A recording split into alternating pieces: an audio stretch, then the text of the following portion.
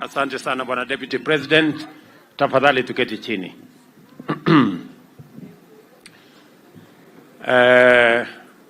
Askofu wetu mkuu wa kanisa letu la Methodist, Askofu Deye na maaskofu wale wengine wote, waheshimiwa viongozi wenzangu na watu wa Nakuru na Njoro, hamjambo. Hamjambo tena. Bwana Yesu asifiwe.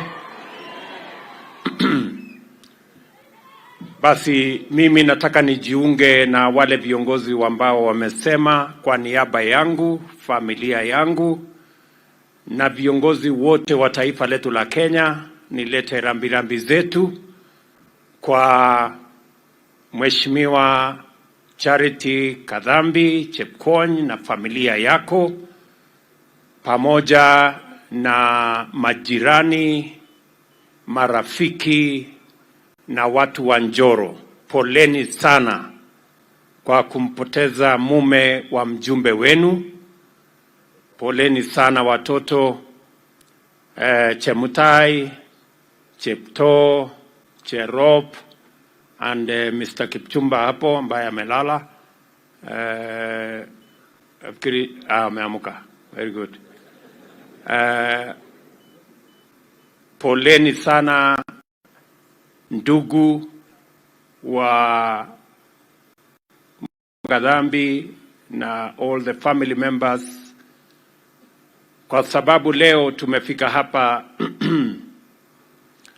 kwa juu ya huyu David Chepkony, na tumekuja hapa kwa huzuni mwingi kwa sababu ametuacha, lakini vile vile tunasherehekea maisha yake, kwa sababu hata ingawaje huyu Chepkony hakuwa ni mtu mashuhuri sana, hakujulikana sana. Mimi mwenyewe niliwahi kumpata tu siku moja wakati nilikuja harambee ya kina mama hapa, na mke wake ambaye ni mjumbe wenu aliniintroduce kwake.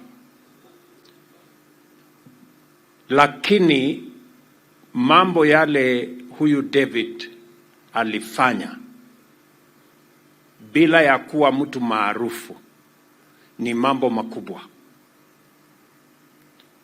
Leo tuko hapa na tumekutanishwa na huyu David, watu kutoka kaunti ya Bomet, watu kutoka kaunti ya Meru mahali mke wake anatoka, watu kutoka Mombasa mahali wanaishi, na sisi watu wa Nakuru hapa. Sote tumeungana kwa sababu huyu David, ile kazi alifanya kuunganisha sisi kama Wakenya in a very profound way. This man David has achieved what a feat that many people have not achieved, despite being a very modest person.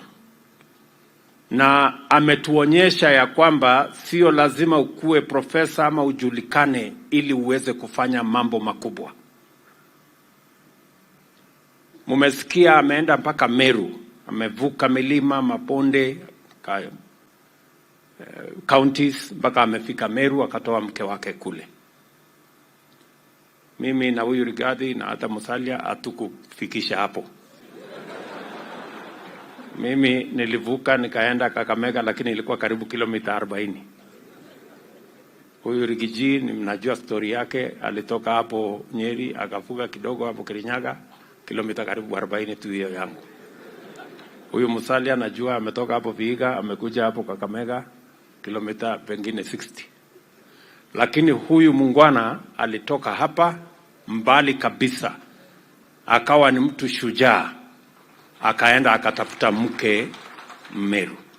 And beyond that, apart from building the bond of friendship and partnership and unity of our nation and celebrating the diversity of us as a country, pia kupitia kwa David tukapata kiongozi shujaa hapa Nakuru. Mchango wa David kufanya huyu mama wetu Charity kuwa mjumbe hapa ni kwa sababu aliolewa hapa, na mwenye kufanya hiyo mpango yote mpaka huyu Charity akawa mama katika hii sehemu ni huyu muungwana David. Na kupitia kwake tukawa na kiongozi Njoro, na sote tunaelewa historia ya Njoro. Njoro ilikuwa ni mahali pa siasa ambayo ilikuwa ni siasa ya kutenganisha watu, siasa duni ya kupiganisha watu. Lakini kupitia kwa David tukapata mama katika eneo hii, akawa mjumbe na akawa ni mtu wa kuunganisha watu wa Njoro na watu wa Nakuru. We are truly grateful to David for bringing this great woman to this area so that she can be elected to be a member of parliament, and her leadership in this region is outstanding, in this constituency is outstanding. Kuna mtu amesema huyu mama ni supporter yangu. Sijui kama ni kweli ama mimi ndio supporter yake. I think I am more her supporter than she is my supporter, because I truly value the leadership of this great lady. Ameshinda wanaume wale walimtangulia. I can say that without fear of any contradiction. Uongozi wake wa kuunganisha watu na kupanga mambo ya maendeleo. Huyu mama sisi tunamjua sisi wote. Vile Murkomen alisema, huyu Charity, she cannot take no for an answer. Hata ufanye nini. Akikuja ofisini mpaka ukubali hila amesema, otherwise hautapata amani. So mara nyingi tunanunua amani kwa kuambia, okay, ile umetaka wacha tufanye. Hata nakumbuka Rigathi siku moja alikuwa ananiambia, sasa Charity amekuja amesema lazima tuende tufanye. Sasa what are we going to do? We have no choice. Kwa sababu she is not a person who can take no for an answer. She's very passionate about what she does. She believes in what she is doing. And mimi nataka niwaambie watu wa Njoro na watu wa Nakuru, pongezi sana kwa kumpatia huyu mama nafasi ya uongozi, na sote tumefaidika kwa sababu ya uongozi wake kwa mambo yale mengi ambayo yanaendelea katika sehemu hii. Anatusukuma, anatushawishi, anapanga mambo ya hapa Njoro akiwemo na viongozi wengine. Mumesikia wiki iliyopita tulikuwa tumeketi chini na gavana wenu na senator wenu na viongozi wa hapa Nakuru kwa minajili ya mipango ya Nakuru, nikiwemo mambo ya hapa Njoro. So nataka niseme poleni sana kwa kumpoteza huyu shujaa David, and I truly believe that he is one, because he did what many people have not managed to do. Pia nataka nichukue nafasi hii nimpongeze pia David, kwa sababu sio wanaume wengi wako na courage ya kutosha kutoa mke wake aende apiganie mambo ya siasa. Nyinyi mnajua mambo ya siasa vile iko magumu. Ni mambo huko kwa siasa iko matata mingi, kesi nini, fujo nini. Mara unaenda mkutano ingine watu wanakushika wanakubeba, wengine so sio wanaume wote. Na unajua hawa kina mama wakicha kwa mkutano ya siasa lazima wajivae vizuri, kwa sababu huko kwa siasa iko kesi na maneno. Taratibu hakuna. You know, there is no proper protocol kwa siasa. So mwanaume hasa wa kutoka hii jamii kukubali ati bibi yake aende atangatange huko, aende afanye hiyo maneno yote, sio rahisi. So he is a very courageous man, and as somebody said here, he had such courage that he would not be intimidated by a powerful woman like Charity. So na vile vile Charity hapo ameniambia ya kwamba huyu muungwana David, na sio kawaida kwa wanaume wengi ati wewe sasa mama ndio ule ako anafanya kazi ya umma na nchi, wewe sasa umebaki nyumbani ndio kupeleka watoto shule, ndio kuchunga hapo kwa boma. It's not ordinary. It takes a very solid man to be able to look after children when your wife is on duty. So again, we celebrate David. He is an exceptional father to these great children, and a good example to those of us who are men. I think we have some lessons to go home with here. Tutaenda nyumbani na masomo kiasi kama wanaume ya kwamba parenting is not just about the mothers. Parenting is a collective responsibility. Sisi wote pia tunaweza kuchangia. And look at the children, very confident people, very solid leaders, including a bishop in between. So asante sana. So and that's what I think, that's what a father who is ready to work in the family, take the children to school, bring them back home, that's what you get. Very solid families. So sikukutana naye sana, lakini yale mambo amefanya, bring up a family, look after the children, allow your wife to go, be a leader, and also unite people.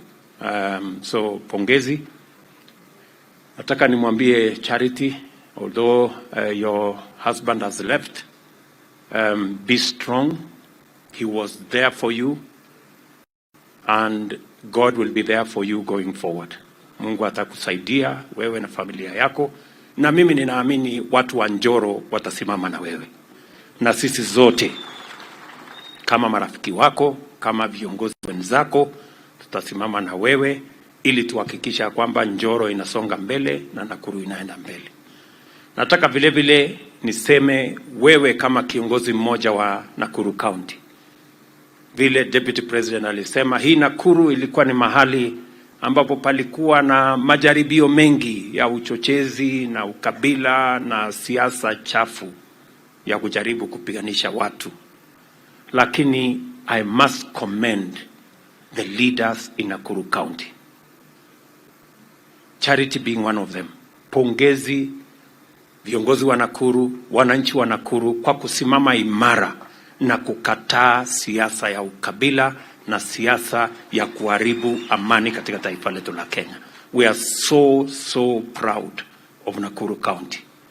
Na mimi nataka niwahakikishie muko katikati ya mipango yetu, vile tulikutana wiki iliyopita, vile tumepanga pamoja na nyinyi, na tutazidi kushughulikia yale mambo ambayo mumetuitisha. Vile waziri wetu wa mashamba amesema, ambaye ni mtu kutoka Nakuru County hapa, mambo yenu ya caveat ni kazi yetu, tutatatua. I want to confirm to you. Na tumesema kwa vyovyote, nimeambia wale watu walitupeleka kwa maneno ya kwamba wasipokubali tusuluhishe hiyo maneno, kuna vile tutafanya. On this one, we are not ready to negotiate. Wale watu ile koti iko pale, tumewaambia maneno yetu vizuri na kwa heshima. Pia na waheshimu ile kazi tunataka kufanya. So nimepatia huyu waziri wangu wa mambo ya mashamba mwaka moja. Hiyo mambo ya caveat tuwe tumemaliza, so that watu wa Nakuru waweze kusonga mbele. Vile vile nilitangaza wakati nilikuwa Nakuru hapa ya kwamba ile matatizo ambayo tulikuwa nayo ya mambo ya misitu, ile caveat ilikuwa imewekwa, tumeiondoa ili tuendelee na kupata products kutoka kwa misitu yetu, lakini kwa njia ya taratibu na njia ya uangalifu. Mimi nataka niseme without fear of any contradiction, the decision we made is that we are going to use our forest products responsibly. We are not going to allow our forest products to rot in the forest when we can use them to grow our economy. And that is why we've made the decision that we are not going to be importing furniture, for example. We are going to be making furniture from our own products here. But we are going to do it in such a manner that it is sustainable, it is profitable, and it also looks after the environment. Hapa Nakuru, sehemu yenu ya kupanda miti. Hapa Nakuru, mpango yetu ni kupanda miti milioni 750. Target ya watu wa Nakuru. Ili tuhakikisha kwamba tunaongeza sehemu ya misitu. Tukisema ya kwamba tutaendelea na kuharvest products ya misitu, haimaanishi ya kwamba ati misitu itakuwa inakatwa kiholela. Hiyo haiwezi kufanyika. So kama kuna mtu alikuwa anafikiri sasa iko license ya kwenda kukata miti left, right and center, utakutana na sisi. Hakuna mambo ya kukata miti. Sikizeni vizuri. Mambo ya kuvamia misitu will not happen. Tunaelewana? Okose? Hakuna kuvamia msitu. No. Hakuna, hiyo haiwezekani. Tutahakikisha kwamba kila mtu mwenye ako title deed, tutahakikisha kwamba hiyo title deed ni ya maana kwako, kila mtu atapatiwa mahali anaishi. Lakini hakuna mtu atasonga mahali ingine, atikwenda atikusonga songa, hakuna kusonga songa. So hiyo tukubaliane mapema. Wakasikini kama? So nataka tukubaliane hivyo, ndio tuhakikisha kwamba tunalinda maslahi ya wananchi, lakini vile vile tunalinda mambo yetu ya mazingira, kwa sababu tusipolinda mazingira hata kupata chakula itakuwa kazi ngumu, na pia mambo yetu yatakwenda mrama.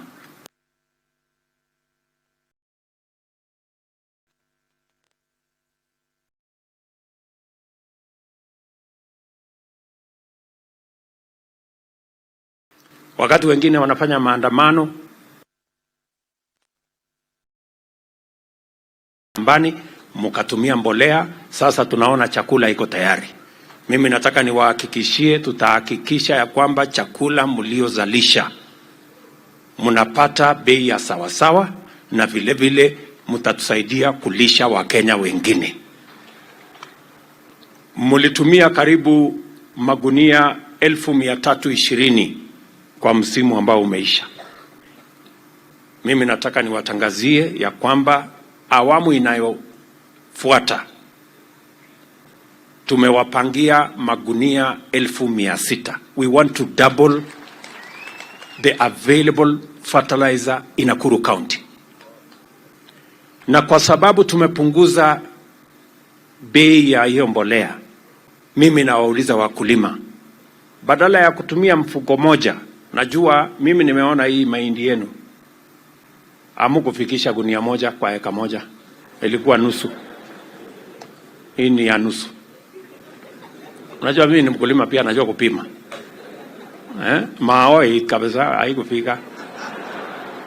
Bado iko chini. Matumizi ya mbolea bado iko chini. Nimeona kuna watu wawili watatu nikikuja kwa barabara wametumia mbolea ya kutosha, lakini kuna wengine hapo 50 something. Si ndio? So mimi nataka niwaeleze wakulima, niwapatie kidogo extension service hapa, ya kwamba kwa sababu tumepunguza gharama ya mbolea, ukitumia magunia 2 ile ya 50 kilos ya mbolea utavuna between 20 and 25 bags per acre. Tafikisha hapo. Kwanza hapa mnaweza hata kufikisha 30. Mimi mnanielewa? Saa hii mnavuna 12 hapo. Hapo 12 13. Kwa ile shamba na ile kazi umefanya ni mingi. Hiyo kulima umefanya tayari. Kubalilia umefanya tayari. Hiyo kazi yote umefanya. So all you need to do ni kuongezea tu mbolea. Badala ya kupata magunia 12 upate magunia 25. Sio ni hesabu rahisi? Ukitumia another 2,500 unapata another 12 bags which is going to give you almost 50,000. Hata kama hesabu yako hujui kufanya hesabu zaidi, ukiinvest 2,500 upate 50,000. Sio ni hesabu mzuri? Yes. So namna hiyo. So I want to encourage. Na mimi nataka nishukuru Governor Susan.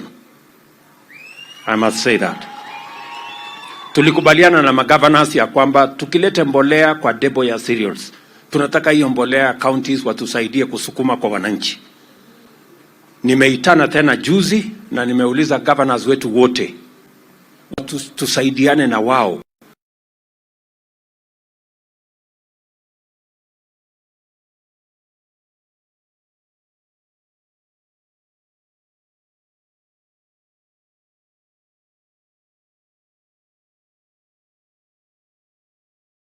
DAP ndio imetuletea hasara kwa sababu imeharibu mchanga yetu na acidity na nini. Ndio tumebadilisha mbolea na tumebadilisha tukitumia sayansi na tukitumia utafiti. So ile mbolea tumeleta kama serikali, tunalete tukiwa tumepima ni mimea gani mnafanya, tumepima mchanga yenu inahitaji nini, ndio tuweze kuwasaidia kuzalisha chakula zaidi. Nyinyi wenyewe ni mashahidi ya kwamba ile mbolea tulileta mwaka huu ilisaidia wakulima wengi, na mahindi yetu na mazao yetu ni bora kuliko ile tulikuwa tunatumia ya DAP. Ni kweli ama si kweli? Tos matogu. So mbona hamsemi? Mumekosa microphone ya kutangaza. So ndaambia hao wenye wanapatanga microphone watangaze. So tunataka tuendelee namna hiyo. Hapa Nakuru pia mimi nataka niseme ya kwamba vile tulikubaliana na nyinyi, Susan, governor wetu amesema hapa Njoro tumekubaliana tunaweka County Aggregation and Industrial Park, tunaweka milioni 500 hapa kujenga hiyo county aggregation. Mahali mtaweka kusanya mazao yenu, tutaongezea dhamana pale, value addition, tutawapatia cold storage pale, tutawapatia storage hiyo ingine, tuongeze value addition, ndio mkulima aweze kupata pesa zaidi kwa mazao yake. Na tutashirikiana, county government wametupatia 250 million, tutaweka 250 million, ndio tuweze kufanya hiyo kazi kwa pamoja. Hapa Naivasha ndio tutakuwa na the largest in Kenya. The largest special economic zone in Kenya is going to be in Naivasha. Nimetafuta ekari zingine 5,000 na sayari saizi tuko na makubaliano mahali tutaweka hiyo special economic zone. Hapa ndio tutatengenezea mambo mengi ya leather, ya textile, ya e-mobility, ndio tutaweka hapa Naivasha, kwa sababu tunataka kutumia ile green energy inatoka hapa ya geothermal na hiyo ingine, ndio tuweze kusukuma mazao yetu katika soko ya kitaifa na soko ya kimataifa. Tutahitaji vijana wengi pale, tutahitaji vijana zaidi ya 50,000, na naamini wengi watatoka hapa Nakuru ambao watatusaidia katika hiyo special economic zone. Kwa hivyo nyinyi vijana mjipange, na tukubaliana kazi ni kazi. Hakuna kazi ya kusema mimi sifanyi hii, mimi sifanyi hii. Si ile kazi itapatikana, kila mtu ashikilie hapo, tuendelee mbele. Ama nyinyi ni wale wa kuchagua kazi?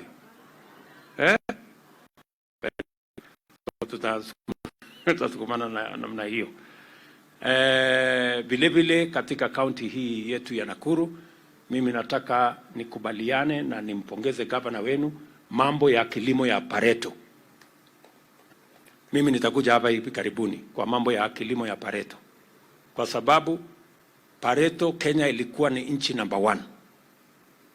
Wakati iliharibika duniani kote. So we have already, kuna kampuni tumekubaliana nao, kuna serikali ya Marekani inafanya kazi na sisi.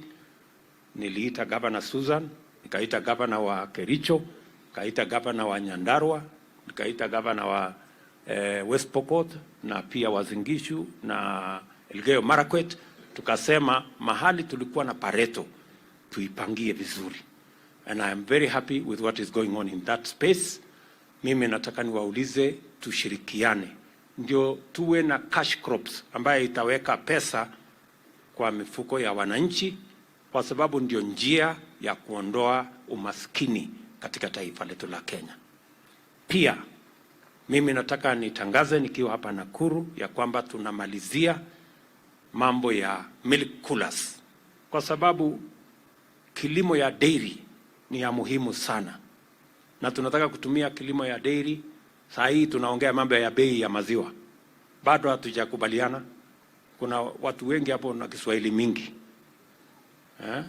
na sio Kiingereza kama ya David. Nasikia David alikuwa mtu ya Kiingereza mingi, lakini kuna watu wengine hapo wako na maneno. So tunataka kupanga vizuri milk coolers ya Nakuru County, they are about 30.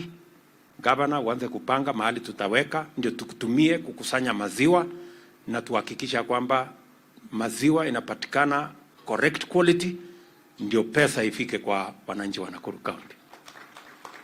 Si ndio, Madam Governor? So tutashirikiana namna hiyo, na hiyo ndio mpango ambayo tuko naye ya kupeleka taifa letu la Kenya mbele, kupanga ajira ya vijana, kupanga pesa ambayo vile tutazalisha uchumi na tutazalisha mali, ndio tukabiliane na umaskini, taifa letu la Kenya liweze kwenda mbele. Mambo mengine mengi tutaongea kesho. Tutakuwa na mkutano ya magavana wetu wa Kenya ku celebrate devolution. Niwahakikishie magovernors wetu wote ya kwamba as an administration we are great believers in devolution and we are going to support devolution. Mwaka huu kabla hatujavuka financial year, tulihakikisha kwamba pesa yote, nililipa shilingi karibu bilioni 100 pesa za counties in 3 months. Tuhakikisha kwamba hatuna deni na counties, ili counties wafanye kazi, wasavu wananchi na watimize ile malengo tuko naye na ile malengo wamepanga kama county governments. Ya pili, tutajaribu kulipa kila mwezi on time so that we can support the counties to do what they have to do. Si namna hiyo? So tutashirikiana. Kuna mambo mengi tutashirikiana na counties. Tumekubaliana what we are going to do together. Mambo ya afya. Huyu kijana David, wacha nimuite kijana because he's younger than me. Huyu mungwana ni mtu kijana. Tumempoteza kwa sababu ya ugonjwa, na lazima tujipange kama taifa vile tutashughulikia mambo ya matibabu ya health katika taifa letu. Na ndio sababu we are believers in bottom up. Tumekubaliana na hawa county governments ya kwamba kila kijiji, ili kushughulikia mambo yetu ya afya, kila kijiji tutakuwa na community health promoters, tutakuwa na wauguzi. Mnanielewa? Kila kijiji tunahesabu familia 10, tunaweka daktari mmoja hapo ambaye atakuwa anazunguka kwa hiyo kampu hapo kwenu, pima pressure, pima sukari. Mwingine atakwambia umekula nyama zaidi, punguza. Umekula sijui nini zaidi, punguza. Si ndio? Ndio tuendelee kuwa na afya. Ile tunaita promotive na ile tunaita preventive. Unajua kuna watu wengine wanakula mpaka wanajipeleka kwa kaburi kwa kukula the wrong things. Nilikumbuka mzee mmoja huko aliambiwa huko alikuwa ng'ombe. Sasa akaenda kwa daktari. Daktari akamwambia uache maziwa, kukunywa maziwa, uache kukula nyama. Sasa akarudi nyumbani akasema heri nikufe. Siwezi kwa. So tafadhali, ile unaambiwa na daktari ufuate. Si ndio? So tunataka kuteremusha mambo ya afya kabla hujafika dispensary, kabla hujafika kwa health center, kabla hujafika hospitali, utakutana na mtu hapo karibu kwa kijiji mwenye unaweza kushughulikia mambo yako. Na hiyo ndio tumekubaliana na our governors. Tumekubaliana tunaajiri community health promoters 1,100 Kenya. Kila pahali tutakuwa na watu watatusaidia kushughulikia mambo ya afya, kwa sababu hii mambo ya universal health coverage ni jambo ambalo lazima tulitimize, kwa sababu tumetatua elimu, tumetatua mambo mengine, sasa imebaki hapo kwa mambo yetu ya matibabu. Mimi sitaki kusema sana. Mimi nimefurahi kufika hapa leo kusherehekea maisha ya ndugu yetu David na pia kuwaletea rambirambi watu wa hapa. Mimi nataka niwahakikishie mjumbe wenu huyu Charity, tutamshika mkono, tutafanya kazi na yeye ndiye aweze kuwatumikia kama watu wa Nakuru. And I want to say in a very special way our very profound thanks to our Member of Parliament Charity Kadhambi Chepkony for being a great leader and providing great leadership in Njoro in a way that has created unity and that has brought people together to focus on the very positive things. Maneno ya maji vile mmesema tunayashughulikia. Tumefanya karibu 80% ya matatizo ya Itare tutatatua ndio mpate maji. Tuko na mpango ingine kubwa ya mambo ya maji, tutawaeleza. Tunafanya kazi na counties, small ponds, micro dams na mambo ingine tunafanya pamoja, na kazi zile zingine mumeelezwa na waziri wa barabara, ile mambo yetu ya barabara vile tutaishughulikia. Nataka niwashukuru sana, asanteni sana kwa jamii, Bwana Kipchumba hapo na your sisters, we wish you well, na support your mom as she supports you. Si ndio Bishop Cherop? Sawa. So tutashirikiana hivyo. Kwa viongozi wetu wa kanisa, asante sana kwa kutuombea. Asante sana kwa kuombea nchi yetu. Nitawakumbusha tu maneno ya Biblia wa Galatia 6 mstari wa 9 na 10. Msichoke kutenda mema. Msichoke kutuombea. Endelea kuombea taifa letu, tuwe na uwiano, tuwe na umoja, na Mungu pia atubarikie ile mipango yetu yote yaweze kutimia kwa manufaa ya wananchi wa taifa letu la Kenya, ikiambatana na mapenzi ya Mungu. So asanteni sana. Wacha nimalizie hapo.